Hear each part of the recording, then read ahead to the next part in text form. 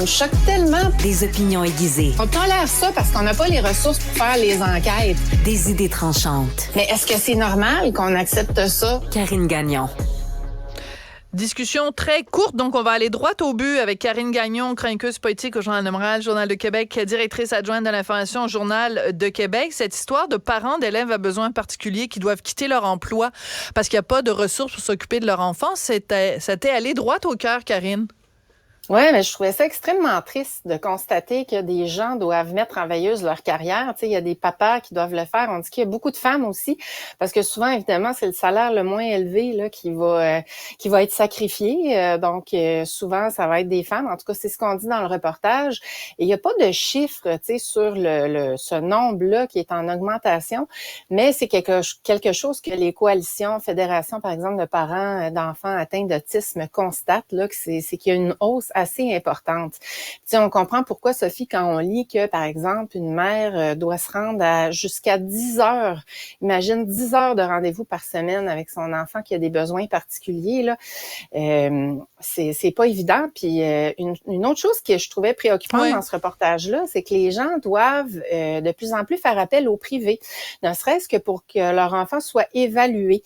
Tiens, mettons, tu constates que ton enfant va pas bien, tu as souvent des appels de l'école, il y a des difficultés d'apprentissage et tout, là, tu dois le faire évaluer, mais il y a tellement de pénurie dans les services publics que tu seras pas en mesure de le faire, donc ça coûte des milliers de dollars. On parlait de 2500 $ pour une évaluation de ton enfant au privé. Donc, on comprend que c'est pas tous les gens là qui sont capables de se payer ça, puis de se payer tous les services que ça implique au privé. Alors, c'est assez dramatique, là. C'est des vies qui sont un peu gâchées, à mon sens, là, étant donné qu'il n'y a pas de service. Oui, et on en revient toujours à la même chose, puis c'est quelque chose qui est revenu beaucoup dans l'actualité récemment, c'est comment se fait-il qu'avec la quantité d'argent qu'on envoie au gouvernement, que ce soit dans le système de santé, que ce soit dans le système d'éducation, qu'on en ait si peu pour notre argent, et comment ça se fait que le fameux filet social québécois qui est censé être si solide, comment ça se fait qu'il est plein de trous et qu'il y a plein de gens qu'on échappe comme ça? C'est ça qui est déprimant. C'est ça qui est déprimant, certain. Tu sais, quand on regarde la partie de notre chèque de paye qui part pour des services, c'est correct. On sait, là, notre société fonctionne comme ça, mais il faut les avoir, les services, il faut avoir accès. Puis on a l'impression, puis les gens ont de plus en plus l'impression que c'est difficile maintenant, que c'est impossible. Tu sais, on pense, là, on parle d'enfants en difficulté, mais tu sais, juste d'avoir accès à un psychologue, un psychothérapeute, c'est rendu presque impossible. C'est comme un miracle, tu sais, d'avoir un rendez-vous quasiment, là.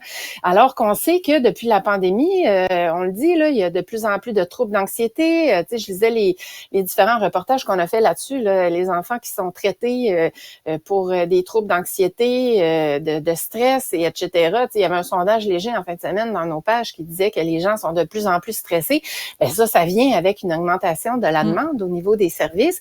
Puis ben c'est comme si ça n'existe plus, là. Il y a plus accès. Les listes d'attente sont tellement longues que tu as le temps d'être déprimé puis de faire une dépression 2-3 fois avant d'avoir accès à un spécialiste. Je suis pas sûre que c'est normal, là. Non, c'est absolument pas normal. C'est absolument pas normal, ça c'est sûr et certain. Ouais, c'est ça. Puis c'est plein de gens qui s'en vont au privé justement parce qu'ils sont pas assez payés au public. Ça aussi, ça crée une pénurie de main-d'œuvre et une pénurie de services. Merci beaucoup, Karine Gagnon. Merci, Sophie. Je voudrais remercier Audrey Robitaille, et Marianne Bessette à la recherche et à la mise en onde. Jean-François Roy. Merci beaucoup et à demain.